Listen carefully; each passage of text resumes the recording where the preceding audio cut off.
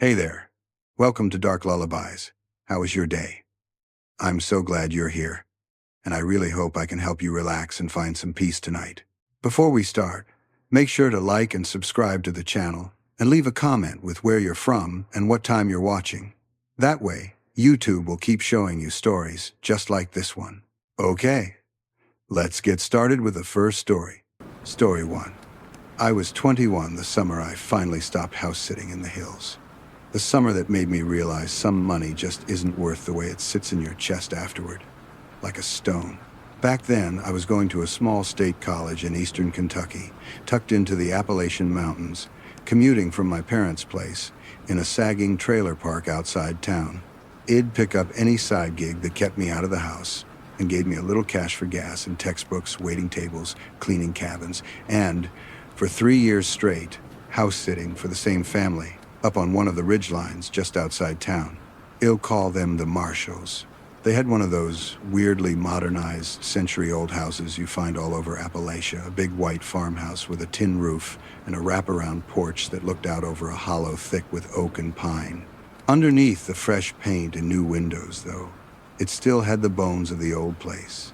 Narrow stairs that screamed with every step, odd angles where rooms didn't quite line up, and a walkout basement that sat almost level with the back hill. The Marshalls went on one long overseas trip every year. No cell service, no way to reach them except an email they might see days later. They'd leave me a list of numbers for local relatives and tell me, if something truly bad happened, to call the sheriff. For watching their 4 cats, watering the plants, and being a warm body in the house for 2 weeks, they paid me more than I made in a month at the diner. By the time that last summer rolled around, I'd already had a few moments in that house that made my skin crawl. The back door standing open one morning after I knew I'd locked it. Muddy boot prints on the kitchen tile like someone had come in from the woods. The alarm panel beeping at 2 in the morning to tell me the basement door had been opened, even though it was deadbolted when I checked. The cats staring at the same corner of the living room, fur puffed, ears flat, like they were watching someone move around that I couldn't see. It was always unsettling, but never quite enough to make me give up the paycheck or the quiet. Home was loud fights and slammed doors, my dad's silence and my mom's tears, and the only person who ever really felt like home to me, my younger brother, Evan, had already moved out to escape the constant tension. When I stayed up on the ridge at the Marshall's place, it felt like a reprieve. No yelling, no TV blaring, just crickets, the distant hum of coal trucks on the highway, and 4 soft-bodied cats weaving around my ankles. The Marshall's cats were all well-behaved and oddly dignified, the kind of cats that wanted to be in the same room as you but not on you. There were 3 older ones and 1 younger male, smaller and wearier. About 3 years old then, with the restless energy of an animal that hadn't quite grown into its body. I'd worked at an animal shelter through high school, so I knew enough about cat behavior to read their moods and chalk their occasional weirdness up to normal animal quirks. That year's trip, I moved into their guest room with my backpack, a stack of used textbooks, and my battered laptop. The house sat close enough to campus that I could snake my way down the mountain in my old Honda in 10 minutes. But I still preferred to walk the days I had time, letting the road wind past old mobile homes, rusting trucks, and yards full of kids' toys and barking dogs, then cutting through the edge of town and up to the brick buildings of campus. It saved me parking fees and, more importantly, gave me a reason not to go back to my parents' place between classes. For the first few days of that stay, everything felt almost peaceful. I went to class, came back up the mountain, fed the cats on their strict schedule, cleaned the litter boxes, and watched the fog roll down the hills in the evenings, turning the hollow behind the house into a white, shifting sea. One night, not long into the 2-week stretch, my boyfriend at the time, Noah, drove up after his shift at the hardware store with a bag of takeout and that tired, easy smile he always had when he was trying to make me feel better. He knew the house creeped me out a little and didn't like the idea of me up there alone. We camped out in the guest room with our food, a movie playing on the TV, the cats passing in and out of the doorway like small, silent shadows. Normally, Noah would have just crashed on the extra pillow and gone to work from there in the morning. But that night he kept glancing at the windows, at the open doorway that looked down the hall, like something just off-screen was tugging his attention. When it got close to midnight, he told me he needed to head home. He said it casually at first. Then, when I teased him about bailing early, he admitted he had a bad feeling he couldn't shake, that the house felt wrong that night in a way he couldn't explain. In the past, Head laughed off all my stories about the alarm beeping or the footprints in the kitchen. Head stayed over before and never complained. Hearing him say that, in that low, serious voice, made something in my stomach twist. But the thought of going back to my parents' trailer, where the walls always seemed to be buzzing with anger, was worse. I told him he'd tighten the locks, set the security system, and keep my phone right by the bed, that the neighborhood was safe, and the marshals had cameras and motion lights and all the things my family never had. He looked like he wanted to argue, then just hugged me tight, smelling like sawdust and cold air, and left, his taillights disappearing down the dark mountain road. That's when the night shifted. After I heard his car fade away, I went through the house on autopilot, checking the front door, the basement door, all the windows, and setting the alarm. The system gave its little confirming chirp, the red light steady, and I tried to let that calm me as I went back to the guest room. The cats followed me, then scattered to their usual spots, and I lay down, fully clothed, TV on low for background noise. At some point, I must have drifted off, because I woke up to the TV blasting bright light and sound into the room, some harsh buzzing channel, the kind that looks like static or an empty input. I blinked, disoriented, and reached around for the remote, convinced I must have rolled onto it, but it was sitting untouched on the nightstand. The hairs on the back of my neck stood up in that slow, crawling way that feels like someone exhaling right behind you. I shut the TV off. The room went dark, the house settling loudly around me, the tick of the baseboard heater, the distant hum of the fridge. Then the TV snapped back on by itself. Same dead gray screen. The sound turned up just enough to feel intrusive, like a voice you couldn't quite understand. I turned it off again, this time watching the red light on the front of it die. A few seconds later, it flicked back on. The remote still sat motionless beside me.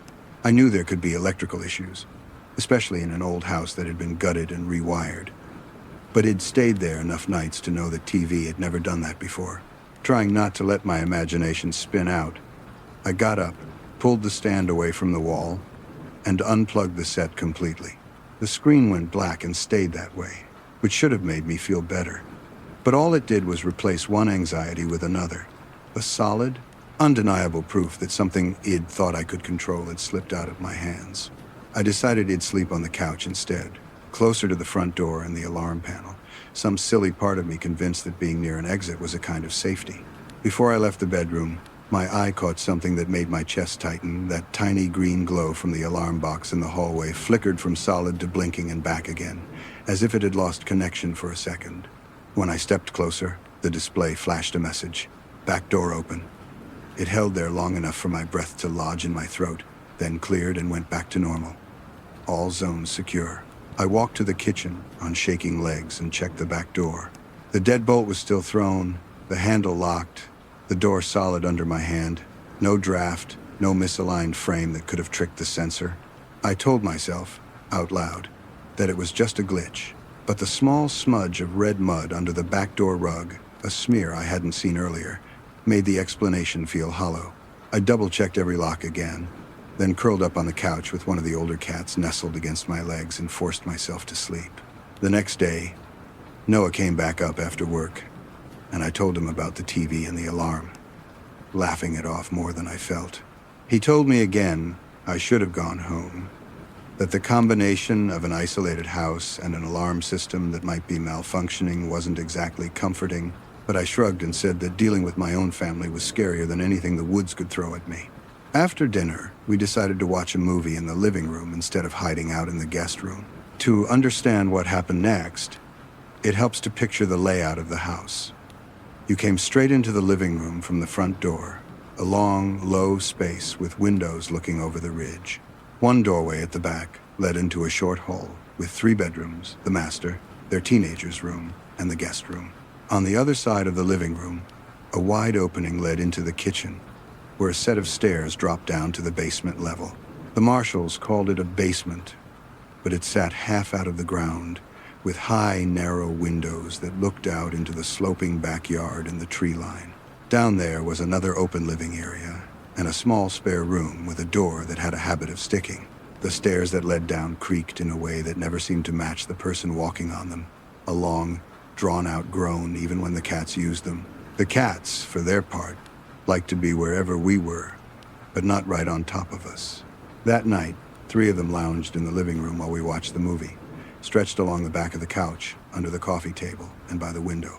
The younger one, the restless boy, was nowhere in sight, which wasn't that unusual. Sometimes he explored on his own or wedged himself into some impossible nook. We were midway through the movie when a sound drifted up from the basement that froze me in place. It was thin and wavering, and for one terrifying second my brain went straight to baby crying. It rose and fell in these stuttering little sobs that didn't sound quite right for an infant, for a cat, for anything. Noah's body went still beside me. We looked at each other without speaking, the TV's glow flickering across his face, and I could see in his eyes that Head heard it too. A part of my brain kicked into rational mode. Working at the shelter, he had heard cats make sounds that could fool you into thinking there was a child in distress somewhere. In heat, in pain, scared, there were moments they wove their cries into something almost human. I counted the cats in the room again. 3. The little one was unaccounted for. Telling myself it had to be him, maybe shut somewhere downstairs, I got up and went to the basement door at the back of the kitchen. The light switch for the basement was at the top of the stairs, and as soon as I flipped it on, the crying stuttered and seemed to move, like whoever was making it had turned their head. I called the younger cat's name as I descended, each step groaning under my weight, the sound from below threading tighter around my nervous system. The basement smelled faintly like old concrete and laundry detergent, that metallic coolness you only get underground. When I turned the corner into the main room, the crying stopped so abruptly it was like someone had hit a switch. The silence that followed was heavier than the noise had been. I checked the spare room first and found the little cat inside, crouched near the door, pupils blown wide. The door had stuck again and closed behind him, which explained his earlier crying, but not why the sound had seemed so much closer just a few seconds ago, or why it had stopped mid-wail as I stepped off the last stair. I scooped him up, felt his heart hammering against my arm, and headed back upstairs. On my way up, something caught my eye, a thin line of scraped paint along the bottom of the basement doorframe, fresh enough that the raw wood showed through, like someone had jammed something thin and hard between the door and the frame to pry it open from the outside. I swallowed that observation, burying it somewhere behind "I can't deal with that right now," and told myself maybe the Marshalls had done it during renovations. Upstairs, Noah exhaled when he saw the cat, saying that must have been the noise. But there was a wary tightness around his mouth that hadn't been there before. We settled back into the movie. At some point, we paused it to feed the cats. The Marshalls were strict about their feeding schedule, and I tried to honor that even when everything else felt off. Their feeding station was in the kitchen, right by the top of the basement stairs. The cats always acted the same way after meals. They'd eat, then disappear into the master bedroom or their kids' room to nap, drawn to the lingering scent of their people. Once they wandered off full and happy, it was normal not to see them for a while. That night followed the same pattern. After they ate, they drifted away, tails flicking, leaving the kitchen and living room oddly empty. Noah and I finished our movie and then sat at the small kitchen table with our leftovers, the house quiet except for the hum of the fridge and the occasional tick from the baseboards. That was when we heard it again, the same thin, keening cry from the basement, except this time it was louder, more frequent, the pitch higher and jagged in a way that raised goosebumps along my arms. It didn't sound like the earlier panicked meows. It sounded wrong, like someone trying to imitate a baby and not quite getting it right. My first thought went to the younger cat again, even though I'd just seen him leave with the others. I looked around the kitchen and living room and, stupidly, didn't walk down the hall to check the bedrooms, because all my energy tunneled into that growing sound and the way it clawed at my nerves. I told Noah I'd go down and make sure nothing was stuck or hurt. His face had gone pale, but he nodded, jaw tight. I turned the basement light on and started down the stairs. calling the cat's name with each step, my voice sounding too thin in the echoing space. With every step, the crying seemed to be right at the bottom, then to my left, then behind the wall, like it was moving around the house ahead of me. When I reached the last few steps, it stopped, mid-sound, in a way that made my body react before my mind did. My heart climbed into my throat, and I could hear the rush of blood in my ears. The basement looked exactly the same as before, except for one detail that made my stomach twist. On the couch against the far wall, the throw pillow was indented, like someone had been sitting there recently, and on the floor beside it lay a cigarette butt, still faintly fragrant. The Marshalls didn't smoke, and neither did I or Noah. I checked the spare room again, under the couch, in every shadowed corner I could bring myself to look into. But there was no cat, no person, nothing making that noise. The tiny windows along the top of the far wall showed nothing but dark trees and the faint halo of the back porch light bleeding into the yard.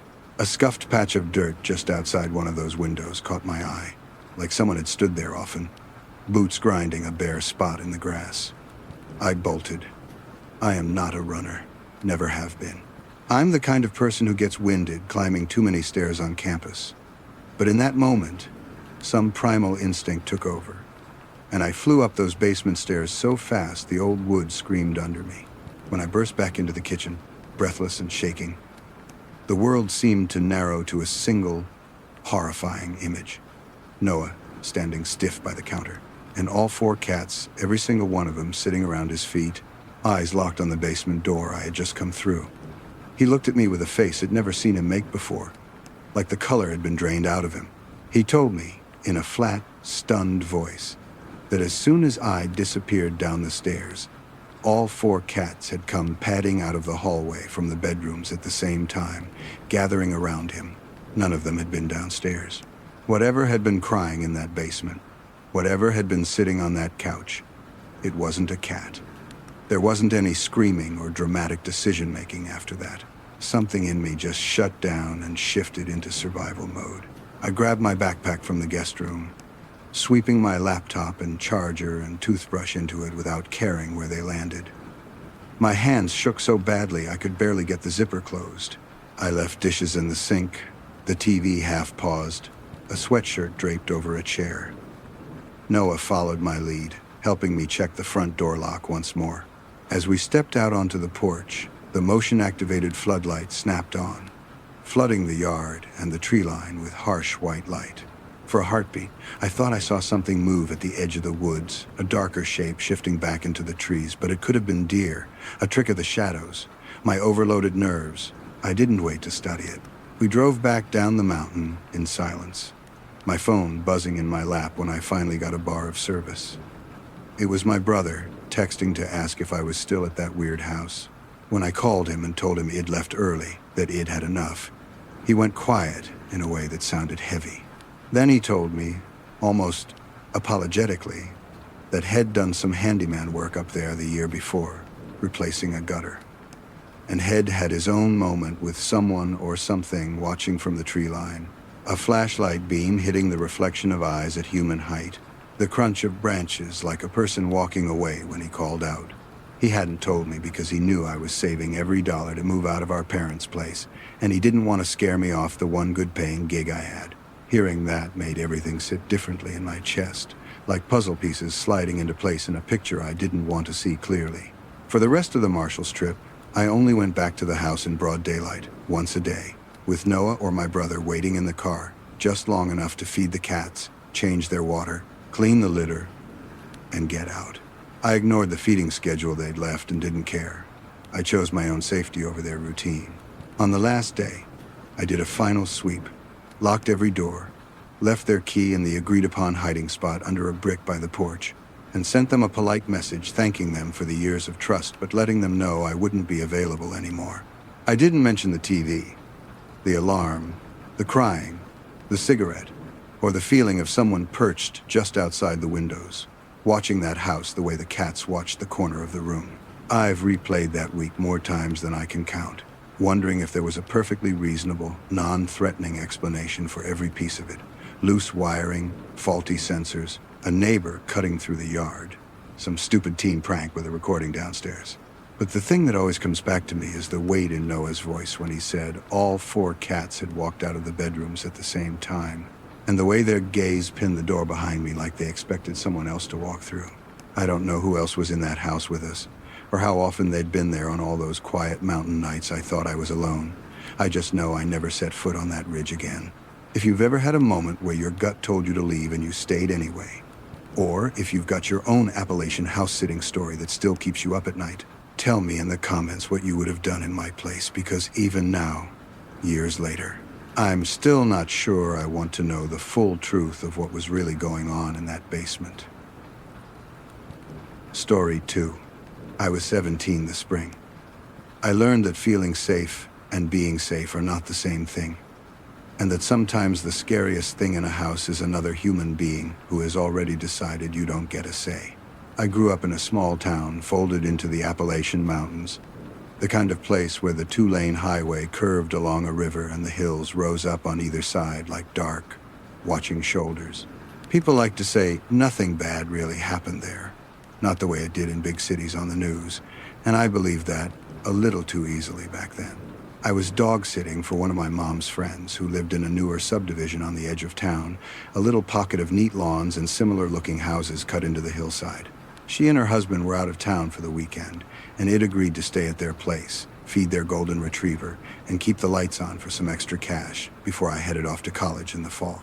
Il called the dog Cooper, because he was the kind of dog that wagged his entire body and made you feel like you'd hung the moon just by walking in the door. My 2 closest friends at the time, Riley and Cassie, were a few years older than me, already out of high school and drifting around barista jobs and community college classes, but they always treated me like an equal. When they heard I'd be alone in a nice house for the weekend, they asked if they could come spend the night, turn it into our own little sleepover away from parents and curfews. The house had this sunroom tacked onto the back, all windows and thin white frames, looking out over a fenced yard, and beyond that, a slope that fell off into a dark line of trees at the bottom of the hill. In the late afternoon, the mountains turned the sky behind that glass a soft orange, and with the porch light off, you could just see your own reflections hovering over the yard like ghosts. Earlier that evening, before my friends arrived, I'd taken Cooper out and noticed the back gate hanging open, swinging slowly in the breeze. There were muddy footprints leading from the far side of the fence up to the deck steps, just one set, deep enough to show the tread of boots.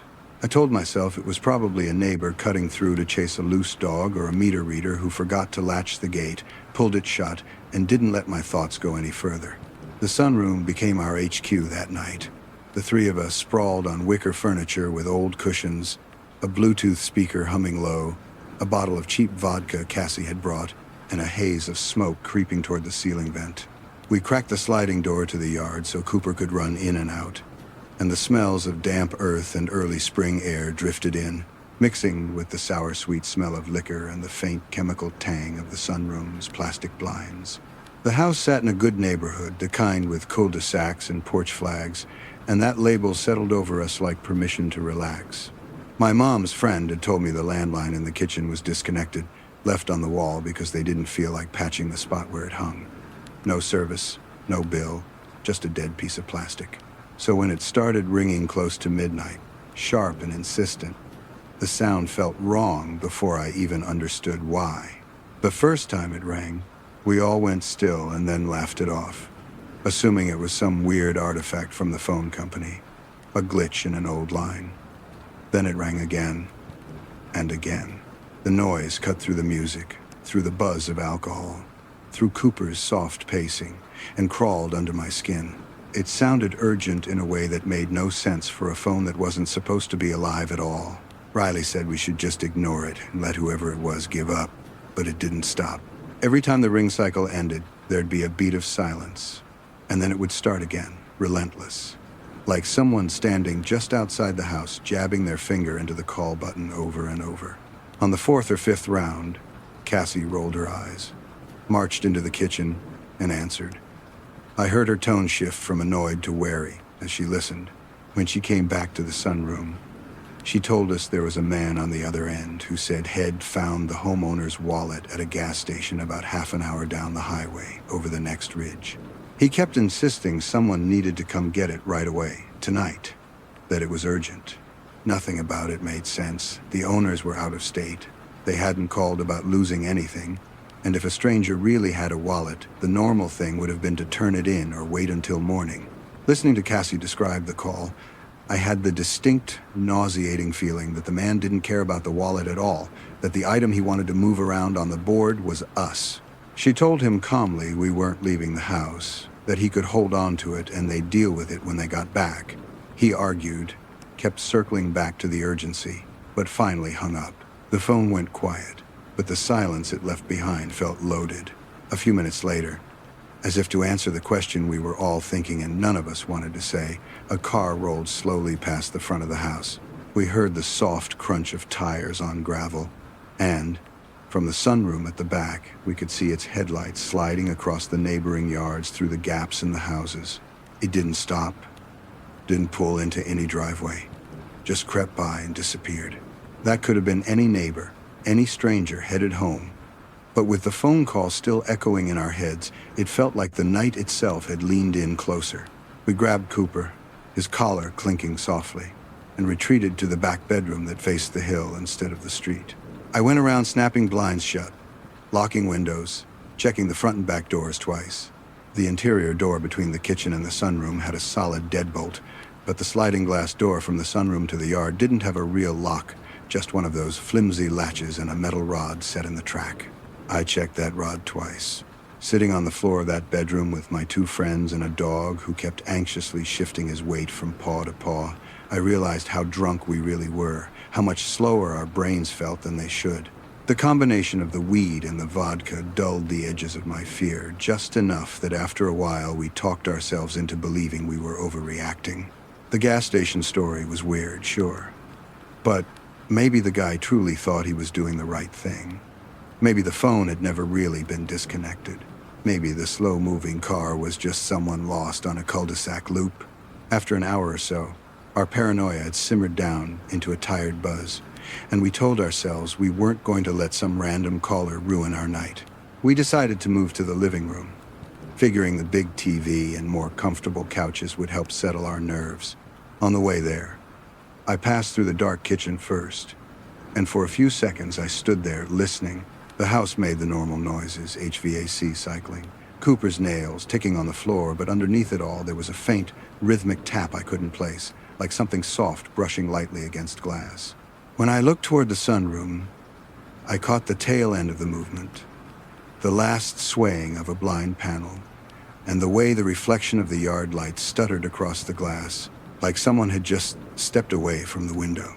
I turned everything off, told myself Cooper's tail had done it earlier, and forced myself into the living room. We put on a dumb comedy, something we'd seen 100 times, just to have a familiar script playing in the background.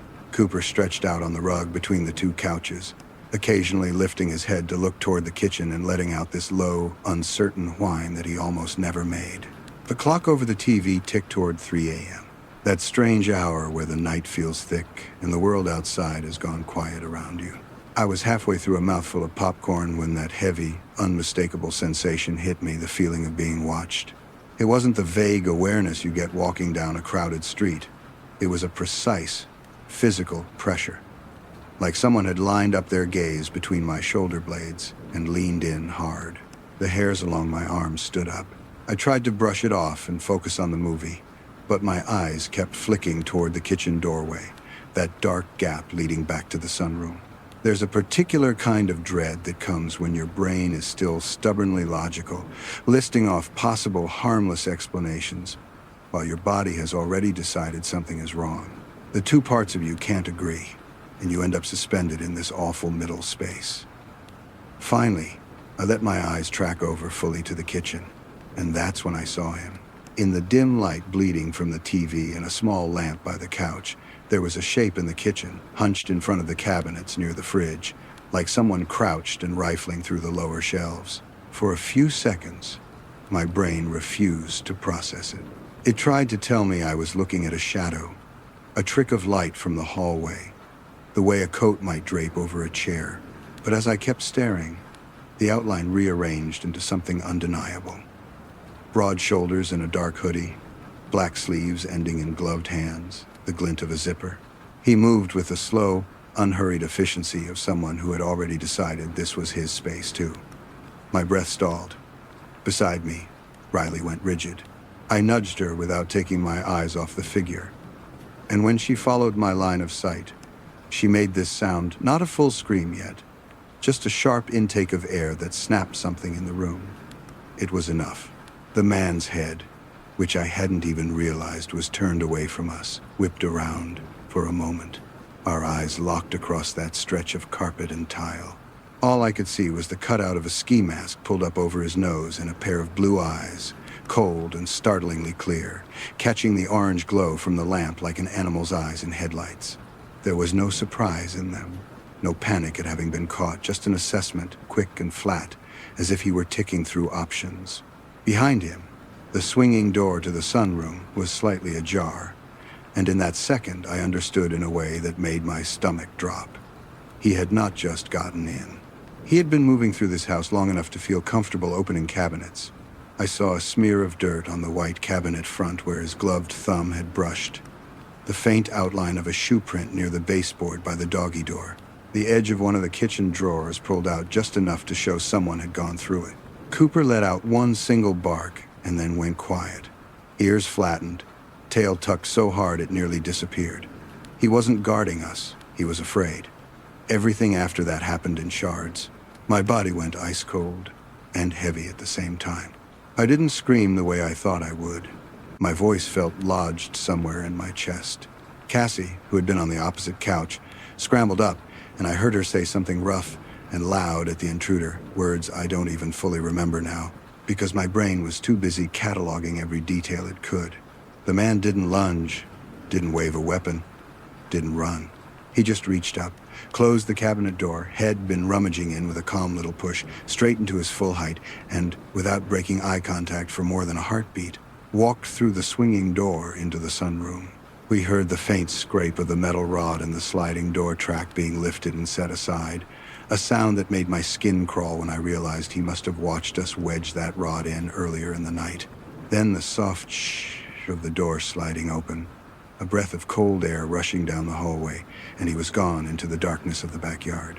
We sprang up and rushed to the far corner of the living room, the one furthest from the kitchen and the sunroom, dragging Cooper with us. My hands shook so badly it took me 3 tries to dial 911. The dispatcher's calm voice felt surreal against the adrenaline pounding in my ears. I remember giving the address, stumbling over my words, staring at the empty doorway where the man had just been. As we waited for the police, another detail rose up later in my memory and made my stomach turn. While we were huddled there, the motion light over the backyard flicked on and off twice, like someone lingering just out of sight near the fence line, testing how far the beam reached. When the officers arrived, their patrol car lights flare red against the quiet houses. They searched every room, every closet, the backyard, checked the locks, and walked the perimeter with flashlights sweeping the darkness. They found no one, nothing immediate, nothing they could put cuffs on.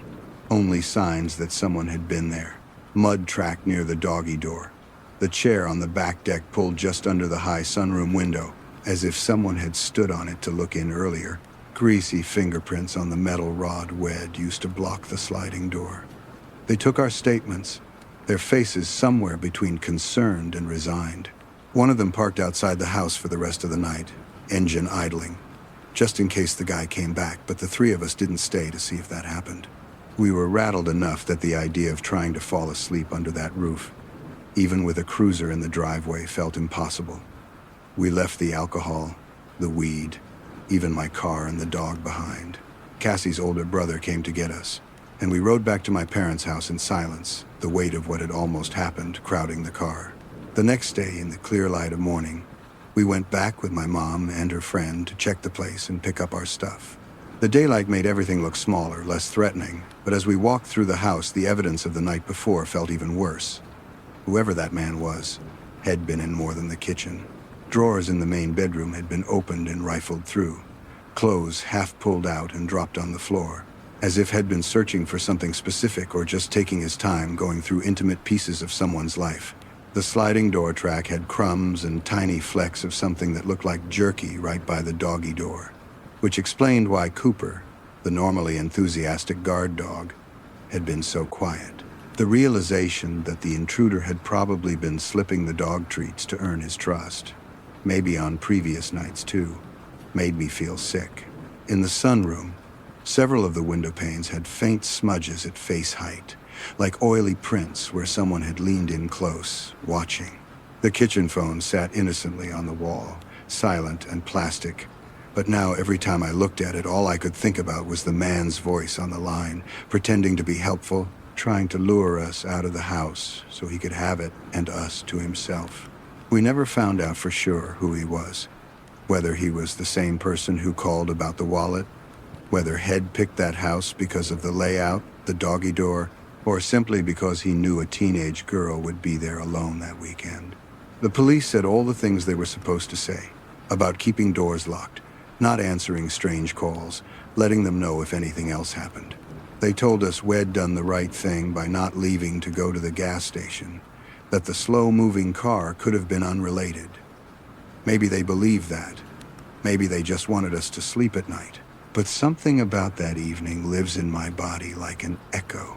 It's in the way I tense up now when a landline rings in an empty house, in the way I always check the backyard twice before I turn out the lights, in the way I notice chairs under windows and unlocked gates like they're written in red. Years later, I can still see those blue eyes across the kitchen, the calm way he shut the cabinet door, the knowledge that he walked out of that house without running because Head never felt rushed, never felt afraid of us at all.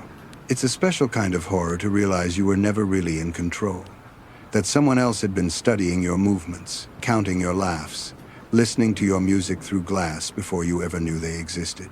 If you've ever had a moment where you realized a stranger had been that close without you knowing, if a phone call, a sound in the night, or a shadow in a doorway turned out to be something very real, tell me in the comments what happened and what you would have done in my place. Because even now, part of me is still sitting on that couch in the Appalachia dark, feeling those eyes in the kitchen doorway. Story 3. I was 28 when I finally admitted to myself that loving animals didn't mean I had to risk my life for them, that some extra cash and a good reference were never worth the feeling of being hunted inside someone else's home. I grew up and still live in the Appalachian region, a small town tucked between mountains in western Virginia, where the roads cling to the sides of ridges and the fog settles low in the hollers like it's trying to hide something. I worked full-time as a veterinary assistant at a small animal hospital off the highway, and on the side I took pet and house-sitting jobs whenever I could get them. People liked that I had a medical background, that I was a woman, that my name and face showed up on the clinic's website. It made them feel like I was safe, trustworthy, not just some stranger they found online. Over a few years, I'd stayed in other people's homes for weekends at a time.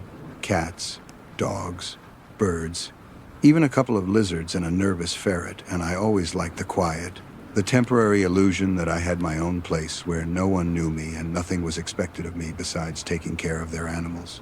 That's how I ended up at a house halfway up a mountain road outside of town, past the last cluster of mailboxes and streetlights, answering a message from a man ill called Richard. He said he'd seen my ad and my clinic profile, that he needed somebody for a long weekend while he visited family out of state. He lived alone with an older blue and gold macaw and a cat. He offered $300 for 3 nights, and he wanted to meet in person first.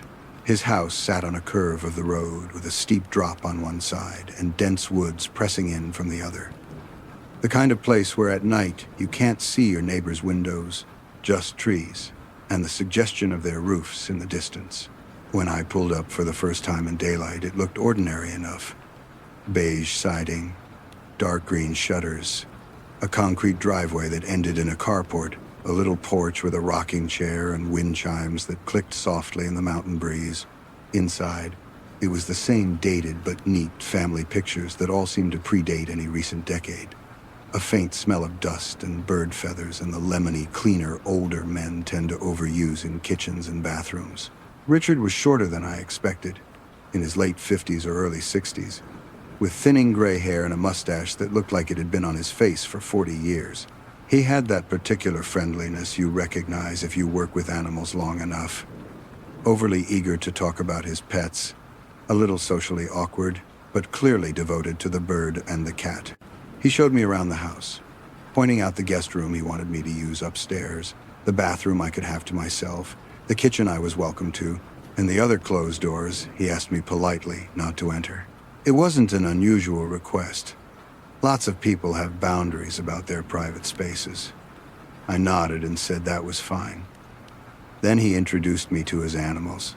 The macaw Rafa was huge, even by macaw standards, all bright feathers and sharp, intelligent eyes, perched in a large metal cage in the living room.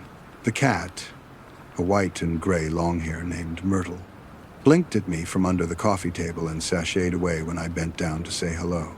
Id handled plenty of parrots at the clinic, including a few macaws, and I could tell Rafa was used to people but bonded primarily to his owner. As Richard moved closer, the bird bobbed and shuffled, feathers ruffling with excitement, and repeated one particular phrase over and over in a scratchy, oddly cheerful voice. "Daddy's home." Richard laughed and said that was what Rafa said every time he heard the front door open or saw him come in after work. He told me how to change the cage liner, how to portion out Rafa's pellets and fresh fruit, which toys he liked, and how to calm him if he got loud. There was a particular treat in a bag on the counter that usually did the trick. Myrtle's care was simpler. Half a can of wet food in the morning and evening, dry food available at all times, litter box cleaned once a day. Standing there listening, I realized I'd already mentally signed myself up for the job before he even offered the payment again. The money was good. The house was closer to the clinic than my apartment. And I thought a few days alone in a quiet mountain house with a bird and a cat sounded more like a break than work. I noticed one tiny thing that seemed strange even then, though I pushed it aside. In the hallway upstairs, the bedroom doors had fresh, shiny brass locks on the outside, not the inside, like you'd use for storage rooms or rentals. The only one that didn't was the guest room he opened for me. The others were closed tight, the keyholes dark and unreadable. Richard handed me a ring with 2 keys on it, one for the front door, one for the guest room, and told me not to worry if I heard bird noises at odd hours, that Rafa sometimes woke up and muttered to himself. That comment would settle in the back of my mind and rot there over the next few nights. After he left, I watched his car disappear down the road through the living room window until the trees swallowed it. The house, which had felt pleasantly busy a few minutes earlier, suddenly felt too quiet, like it was holding its breath.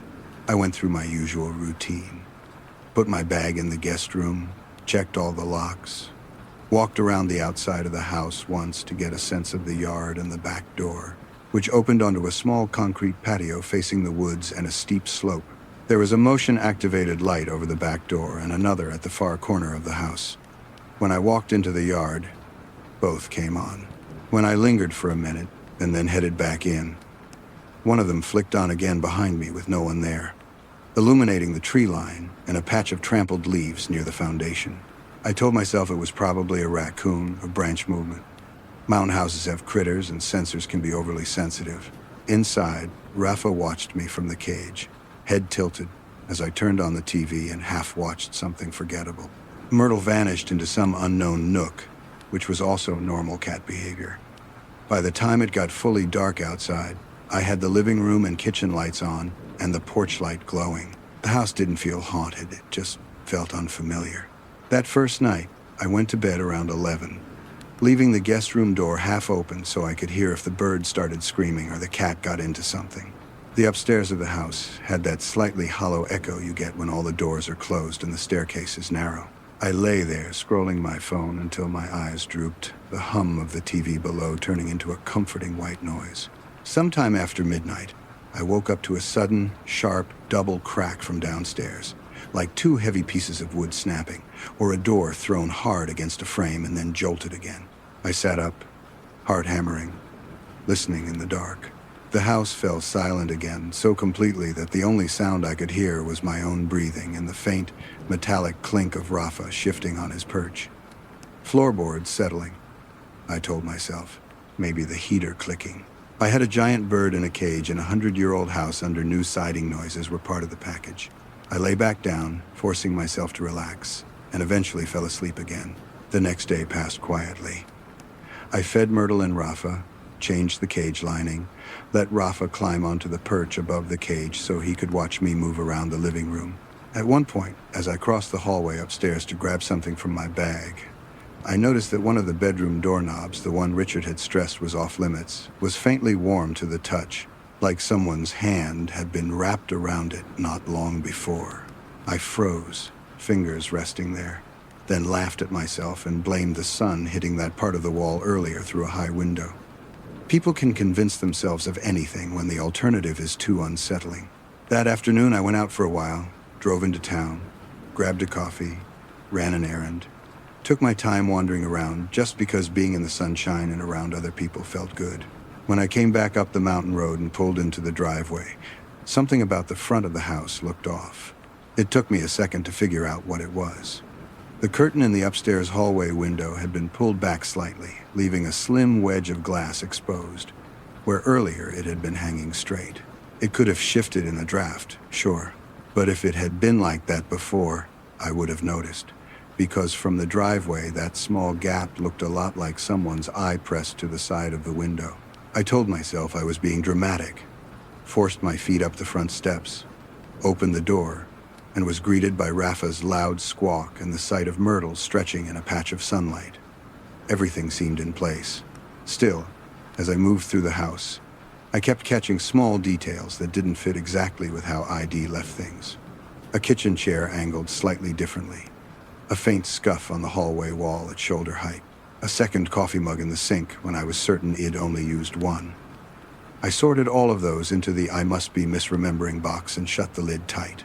That evening I ate dinner in front of the TV, shared some apple slices with Rafa, and texted a couple of friends. The quiet of the house didn't feel cozy. It felt like a silence that was waiting for something. Around 10, I went through the usual motions: doors locked, lights checked, bird covered, cat accounted for. I left the door to the guest room open this time, thinking that hearing the sounds from the rest of the house might actually be more reassuring than closing myself off. I fell asleep with my phone on the nightstand and the soft glow of the upstairs hallway light spilling under the doorframe. Sometime in the deep middle of the night, I woke up again, but this time it wasn't to a sharp noise. It was to the subtle awareness that something had changed. The air felt different, cooler on my face, like the temperature in the room had dropped a few degrees. I opened my eyes, expecting to see the rectangle of light from the hallway, but the doorway was a darker shape now. The door had been pushed nearly closed. I was almost sure Id left it open wide. As soon as my brain registered that, I heard it. The slow, deliberate sound of a doorknob turning, not on my room, but further down the hall. A soft metal click, then the faintest creak of hinges. I held my breath, straining to hear footsteps, but the carpet masked whatever was happening. It could have been Myrtle pushing a door, I told myself. Cats get into everything. But the very next sound came from downstairs. The murmur of Rafa talking in his cage, his voice clearer than usual in the nighttime quiet. I slid out of bed, every muscle tense, and padded to my door. When I eased it open a crack, the hallway was empty, bathed in that dim, yellow light from a single bulb. The other doors were still shut, their locks glinting. Holding onto that thin thread of rationality, I went down the stairs, the wood sighing under my weight. Rafa's cage was in the center of the living room, and I could hear him moving around, claws clicking lightly on metal. When I stepped off the last stair, he lifted his head and focused both eyes on me. Feathers fluffed, beak working. His voice, when it came, made the small hairs on my arm stand up. In that scratchy, imitative tone, he said, "Daddy's home." It was not the first time I'd heard the phrase, but something about the timing made it feel entirely different, like he wasn't recalling a memory but responding to something in real time. My eyes flicked automatically to the front door, still dead-bolted, chain-latched. The back door was locked too. I forced myself to walk over to the cage, my hand trembling a little as I reached for the treat bag. My fingers fumbled inside, found the familiar shape of a nut, and I held it out. Rafa took it and settled, muttering nonsense under his breath. But his eyes kept drifting past me, toward the hallway that led to the back of the house. I tried to tell myself he was just used to Richard's routine, that his internal clock was firing off wrong. But I couldn't shake the feeling that the bird had heard a sound or recognized a smell. I couldn't. I checked the doors again, checked the windows, glanced out into the yard where the motion light cast a harsh cone of brightness over empty concrete and darkness beyond. Nothing. I went back upstairs, telling myself I was being ridiculous. I left the guest room door open again, crawled into bed, and at some point I did fall asleep, though I couldn't tell you how long it took. What happened next is the part my brain has tried hardest to blur at the edges. I woke up a third time, this time with no clear reason, no crack, no obvious sound, just the sense of being dragged up from sleep and into awareness. The room was darker, my phone screen dark, the hallway light off now. As my eyes adjusted, I saw a shape in the center of the room, between the bed and the door. At first, I thought it was just my bag or a trick of shadows from the window, but the outline was wrong, too tall, slightly hunched, with a suggestion of movement, like weight shifting from one foot to the other. Every horror movie I'd ever half-watched flashed through my mind in an instant, but this didn't feel like a movie. It felt like my body recognizing another body in the room before my mind could. I sat up too fast, and for a second the room swam out of focus. When my vision cleared, the shape was already moving, gliding away from the bed and toward the door, then disappearing into the hallway. I groped blindly for my phone. When the screen lit up under my thumb, I saw a notification I hadn't heard earlier. A text from Richard, sent a little over an hour before, saying not to worry if I heard Rafa making noise during the night, that the bird sometimes got talkative out of nowhere and I should just ignore it. My heart dropped into my stomach. The timing lined up too neatly. Around when I'd come down for the treat, around when Rafa had said Daddy's home. I stared at that text so long the words blurred, going over the sequence of events again and again. If Richard was out of state, sleeping in some guest room miles away, why was he texting me about noises he supposedly couldn't hear?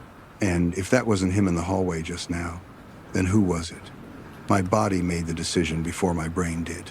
I turned on the bedside lamp, grabbed my bag, and threw everything I'd brought into it with shaking hands. Clothes, toothbrush, charger, makeup bag. Nothing went in neatly. I just needed it moved from scattered in this room to in my possession. I could hear faint sounds from downstairs as I stuffed things in.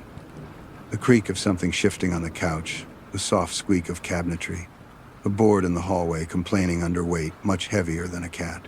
Myrtle was nowhere in sight. I eased my door fully open and stepped into the hallway. The air out there felt different, heavy with the faint scent of cologne that wasn't mine, mingled with the familiar bird smell. I moved to the bathroom, grabbed my toiletries, then stepped out again into that narrow strip of carpet that divided the closed doors. At the far end of the hall, the door Richard had specifically told me not to enter was slightly ajar, a sliver of darkness showing between the door and the frame. That door had been firmly shut and locked the whole time they'd been there. It took everything in me not to freeze and simply stare at it, but curiosity, stupid human curiosity, pulled me a few steps closer. As I approached, I heard another sound, this one barely audible, but instantly recognizable. The rhythmic, subtle rattle of a bed frame bumping lightly against a wall, accompanied by a low, muffled noise I didn't want to identify. Somebody was in there, in his bed, in what had to be his room. The mental image of Richard's face flashed in my mind, and I felt a sudden rush of anger cut through the fear like a hot knife. Whether it was him or someone had allowed to stay there, the fact remained. He'd been led to believe the house was empty, except for me and the animals. That illusion had just been shattered. I stepped back from the door like it had burned me and moved quickly down the hall, not bothering to be quiet anymore. On my way down the stairs, I glanced toward the living room and saw that the throw blanket I'd folded neatly that afternoon was now half on the couch, half on the floor, as if someone had recently been lying there watching TV. In the kitchen, a second plate with crumbs sat in the sink, and the back door's deadbolt looked freshly turned, the metal smudged with a fingerprint I knew wasn't mine. I left the house key on the dining table, my hand shaking so badly I dropped it once before it landed where I wanted it. Then I opened the front door and stepped out into the cold mountain air, every nerve in my body screaming for me not to look back. I didn't. I got into my car, locked the doors, and only then, when I was already rolling down the road with the house shrinking in my rearview mirror, did I let myself start to cry. On the drive back to my apartment, I recorded a long voice message to Richard rather than call him. My voice shook as I told him exactly what had happened, how unsafe I felt, how disturbed I was to realize that someone had been in the house with me without my knowledge.